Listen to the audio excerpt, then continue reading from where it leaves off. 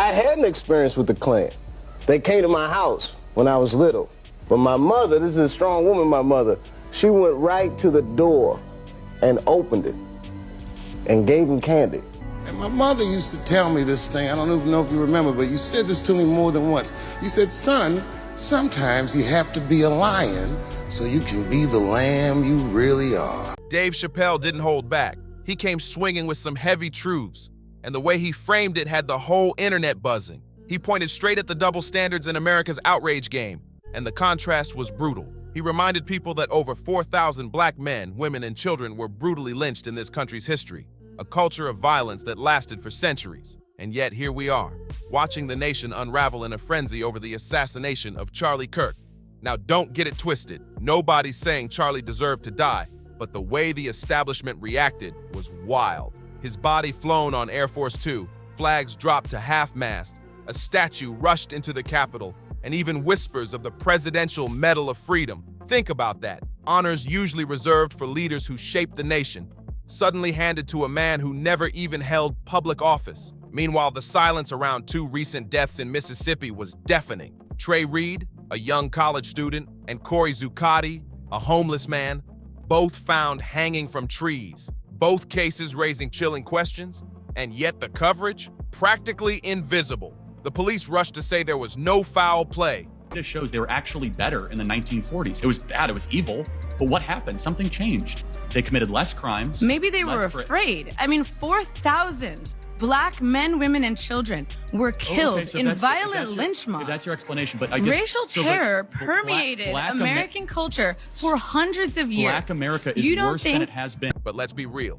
In a state with Mississippi's bloody history and today's political climate, that explanation doesn't sit right. It screams for a deeper look, and the fact that it's being brushed off feels like deja vu of an old nightmare that never left. That's the hypocrisy Dave wanted to spotlight. America picks and chooses whose lives get the full outrage machine and whose get silence. The frenzy over Kirk's death has been unlike anything we've seen. Politicians crying on camera, celebrities making posts, social media exploding. And the kicker? Everyday people are even losing jobs just for saying they don't care about Kirk's death. One casual comment online, and boom, you're fired. That's how intense and lopsided this reaction has been. Yesterday at 5 p.m., someone went online with a raw confession. I was fired from my job for posting a video saying I don't care about Charlie Kirk's death. Fired for not grieving the way the system wants you to. That's the kind of climate we're living in right now. And it's exactly why Dave Chappelle's words are hitting so hard. Because while people are losing livelihoods over a single post, yesterday at 5 p.m., I was fired from my job for posting a video saying I don't care about Charlie Kirk's death. The two men found hanging in Mississippi barely even make the ticker on mainstream news. Think about that for a second. Trey Reed, a college student, and Corey Zuccotti, a homeless man, both discovered hanging from trees, and the nation acts like it's background noise. That's not just eerie, it's a chilling echo of America's darkest chapters. And yet, the outrage machine is laser-focused on Charlie Kirk, demanding the public bow their heads in grief as if his life mattered more than anyone else's. So Chappelle is asking the question so many are whispering right now. Why are people being punished for not mourning a man who openly spread racist views? Why is it controversial to say, I don't care, when actual lynchings of black men are unfolding with barely a headline? If you feel like you're being gaslit into only caring about one narrative, you're not crazy. This is exactly how selective outrage works, and here's where it gets even heavier. While Mississippi is brushing off lynching suspicions like they're nothing, Washington is busy sanitizing Charlie Kirk's legacy in real time. Not only did Trump demand flags fly at half-mast for him, but the very next day, Congresswoman Nancy Mace dropped a resolution for Kirk to lie in honor at the Capitol Rotunda. That's the same level of respect given to presidents, war heroes, and civil rights giants. What the 60s must have been like for anybody.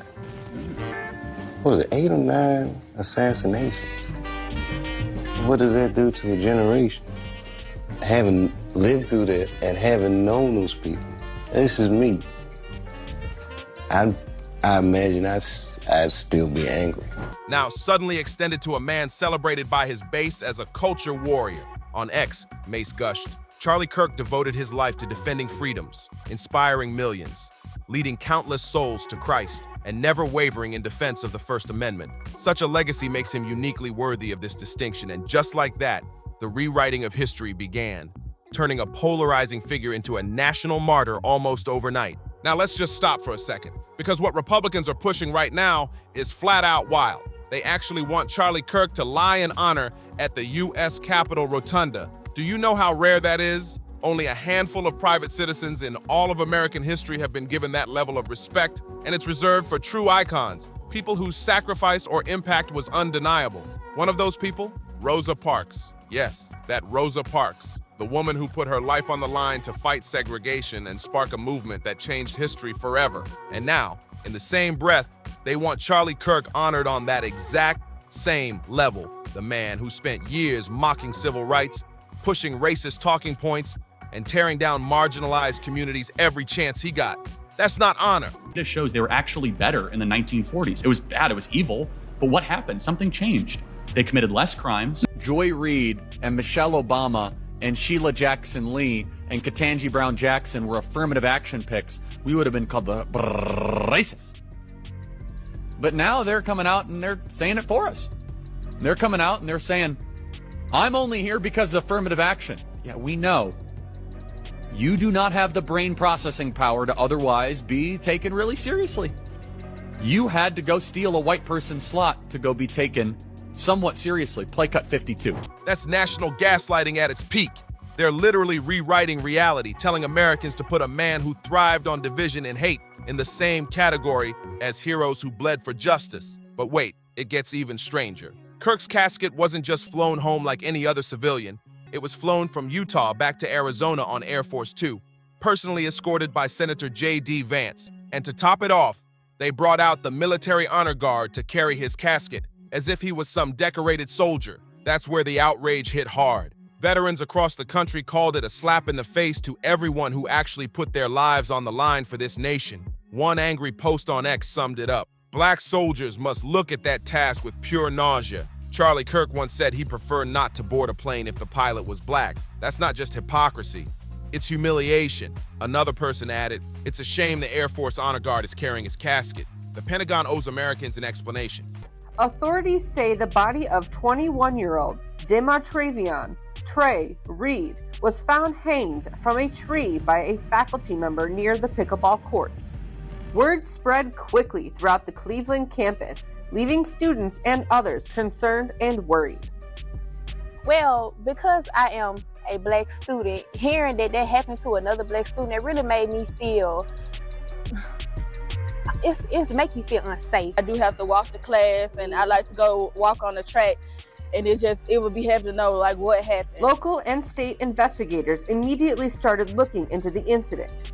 DSU Police Chief Michael Peeler says investigators found no evidence. Kirk never served a single day. So instead of respect, what people saw was a circus of power, privilege, and propaganda, turning a divisive figure into a state-sponsored hero he never was. He mocked veterans, spread hate, sowed division, and died living off that exact brand of chaos. So let's be clear, this isn't honoring service. This is politicizing sacrifice. And it's an insult to every soldier who actually gave their life for this country. And yet, here we are, forced to watch the state drape him in honors he never earned. Remember, this is the same man who once said black people were better off before the Civil Rights Act, and that black women supposedly didn't have the brain processing power to be taken seriously without affirmative action. Let that sink in. Those were his own words. And now, while his legacy gets polished, ordinary black folks are being dragged into the firestorm.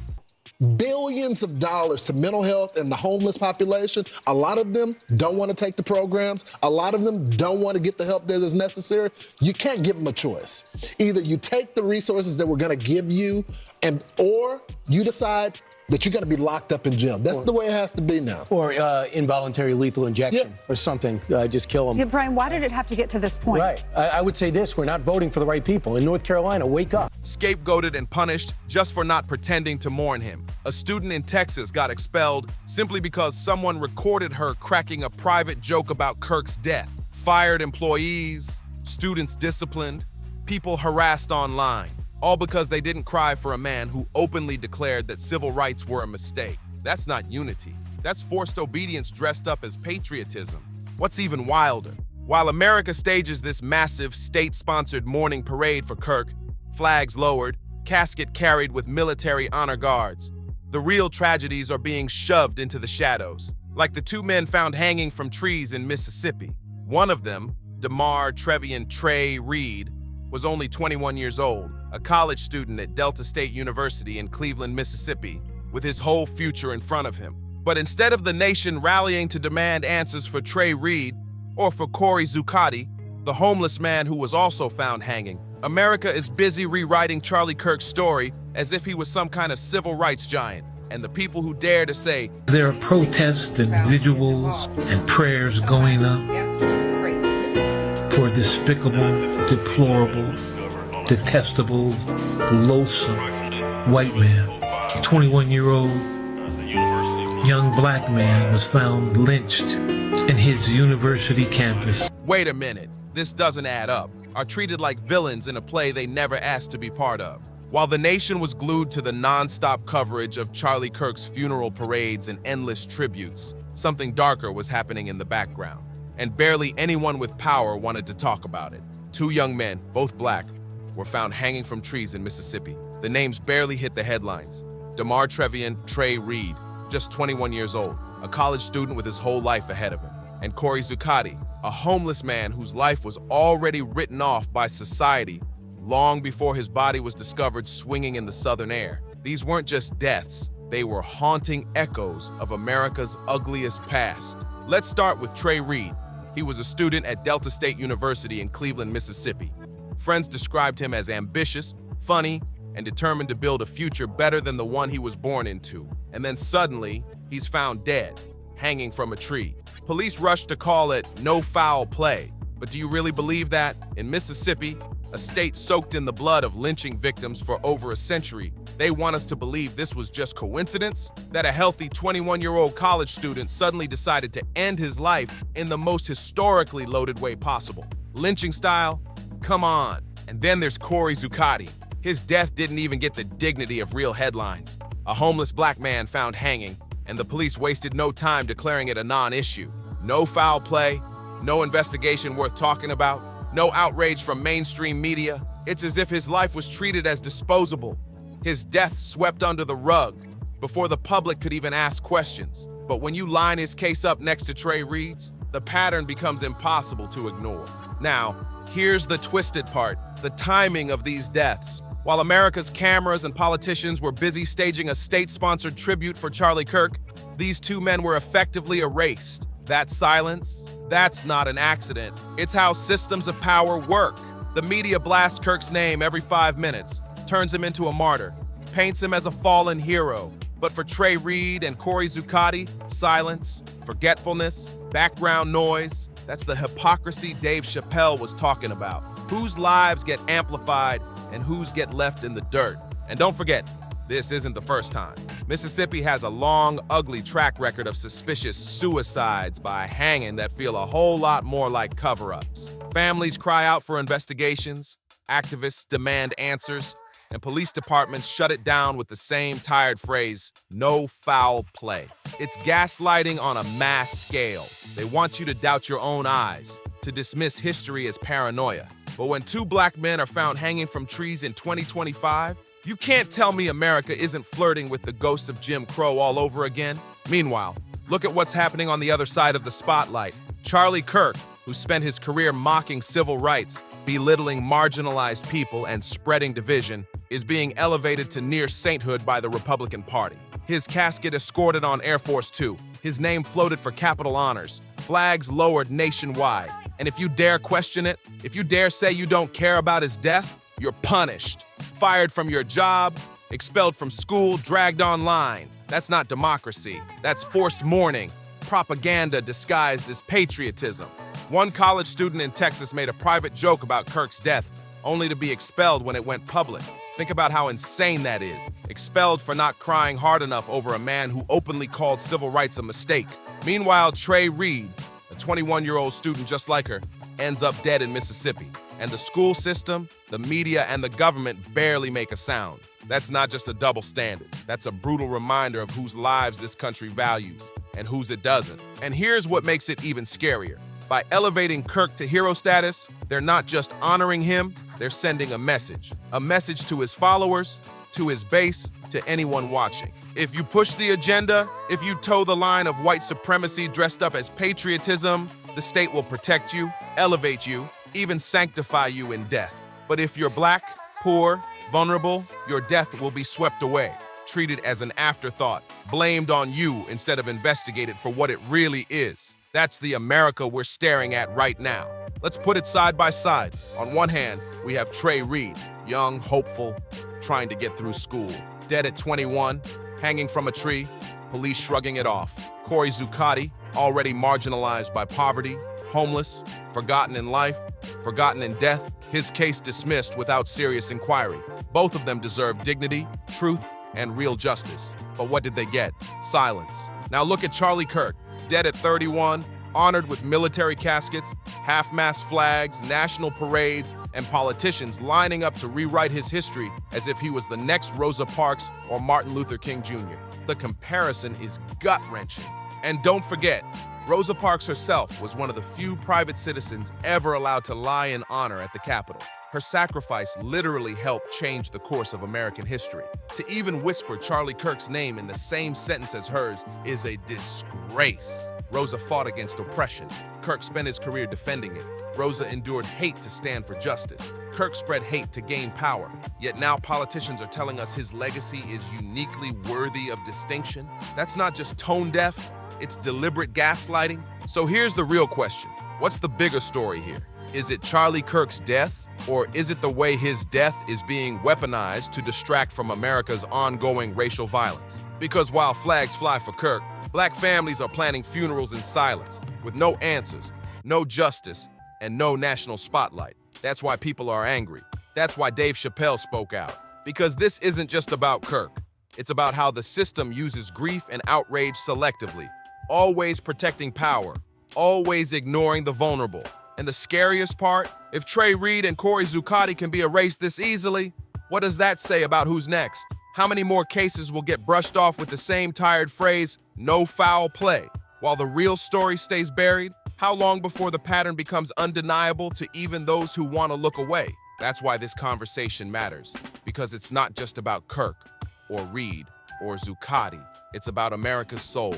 Who do we mourn? Who do we honor? Who do we erase? And why does the answer always seem to depend on race, class, and politics? If the system can turn Charlie Kirk into a hero overnight while letting two black men disappear into silence, then maybe the real outrage isn't about Kirk's death. It's about what his funeral parade is distracting us from. The second victim, Corey Zuccotti, wasn't just some anonymous name on a police sheet. He was a 36-year-old white homeless man living in Vicksburg. Both his death and Trey Reed's death happened the very same week Charlie Kirk was assassinated, and the similarities are way too eerie to brush off as coincidence. Authorities moved fast, too fast in Trey Reed's case. Within hours, they declared there was no foul play. But Reed's family isn't buying it. They're demanding an independent autopsy because the official story simply doesn't add up. They know Trey didn't just end up hanging from a tree by chance, and they're saying it loud and clear. And then there's the Corey Zuccotti case, which is every bit as suspicious. Same state, same method, same timing, and yet almost no public details about the exact circumstances of his death. According to a Yahoo report, police confirmed they'd found the body of a man hanging from a tree in a dense wooded area near the Ameristar Casino. The coroner later identified him as Corey Zuccotti. Warren County Coroner Doug L. Husky said only that Zuccotti's body was discovered on Monday, September 15th, around 10:30 a.m. No explanation, no follow-up, no investigation shared with the public. Here's where it gets downright chilling: the timing. Corey Zuccotti was found just hours before Trey Reed's body was discovered. Two hangings, same state, same week, within hours of each other. Right when Charlie Kirk's supporters online were hyping up the idea of civil war and revenge. Is that really just a coincidence? Or are we staring at something far darker that no one in power wants to acknowledge? We can't say for sure yet, But one fact is undeniable. The mainstream media is all but ignoring the deaths of these two men. No round-the-clock coverage, no wall-to-wall panels on cable news, no public outcry from Washington. Just silence while the national conversation is consumed by Charlie Kirk's funeral parades and honors. That silence speaks volumes, and it's exactly why this story needs to be told. Let's be real. When two people are found hanging from trees in Mississippi within hours of each other, that should dominate national headlines. Yet what happened? Silence. No breaking news banners, no primetime specials, no urgent press conferences. Instead, the story barely trickled out through local outlets before being buried under the avalanche of Charlie Kirk coverage. That's not coincidence. That's a choice. And here's where the cover-up angle becomes impossible to ignore. Trey Reed's family has already gone public saying the official story doesn't line up. They're pushing for an independent autopsy because they don't trust the state to handle this fairly. Can you blame them? Mississippi's history with racial violence is stained in blood, and anytime a black man is found hanging, the very least authorities owe is transparency. But what did we get? A lightning-fast, no-foul play ruling before the body was even cold. Then look at Corey Zuccotti's case. Police confirmed they found him hanging near the Ameristar Casino, but they released practically nothing else. No explanation of circumstances, no timeline, no clarity. Just a coroner's name, a time of discovery, and then silence. The fact that his death happened hours before Trey Reed's makes it even more suspicious. But again, no urgency to connect the dots. Why? The truth is, the timing couldn't be more loaded. These deaths unfolded the very same week Kirk was assassinated, right as his supporters online were fanning flames about civil war. And yet the narrative being pushed nationally is all about Kirk's martyrdom. Flags lowered, military caskets, Capitol honors. Meanwhile, two hangings that look and feel like modern-day lynchings are being erased in real time. That's not just neglect. It feels like deliberate suppression. Because if the media gave Trey Reed and Corey Zuccotti the same attention they gave Charlie Kirk, the questions would be unavoidable. People would be asking whether these deaths were warnings, whether they were connected, whether extremists were trying to send a message while the country was distracted by Kirk's funeral spectacle. And that's the bigger scandal. Not just what happened in Mississippi, but what we weren't told. When coverage disappears this fast, it's not because the story doesn't matter, it's because someone doesn't want it to matter. They've been flooding us with wall-to-wall coverage about Charlie Kirk while burying everything else. Now remember, Corey Zuccotti was white, but he was also homeless, and that matters. Because do you know who just went on national TV and suggested that homeless people should be executed with lethal injection? Fox News host Brian Kilmeade. Yes, you read that right. 2 days before Corey's body was found hanging, Kilmeade was on air talking about eliminating the homeless as if they're not even human beings. Brian, why did it have to get to this point? Why is a mainstream TV host openly floating state-sanctioned killing instead of housing, healthcare, or compassion for the most vulnerable people in this country? Veterans, trauma survivors, people who fell through the cracks. And yet, while this kind of rhetoric is normalized, regular people are getting fired or expelled simply for making a joke about Charlie Kirk's death.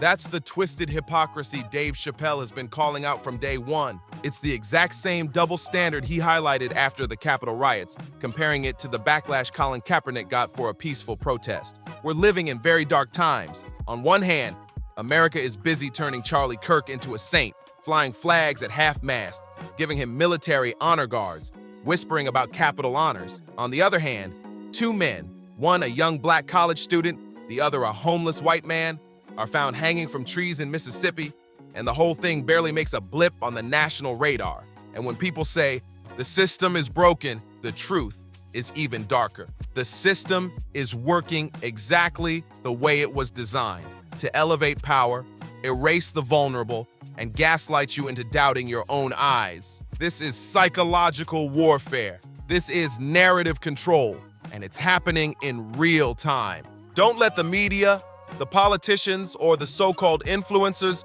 convince you you're crazy for noticing it. We need to have this conversation because they're not going to have it on CNN, News Nation, or Fox News. So drop your thoughts below. Why is Charlie Kirk's death treated like a national emergency, while Trey Reed and Corey Zuccotti are erased before their stories even get told? Why is grief mandatory for someone who called civil rights a mistake, but invisible for those literally being lynched in 2025? Comment Share this video, hit like, and subscribe so we can keep shining light on what they're trying to hide. See you on the next one.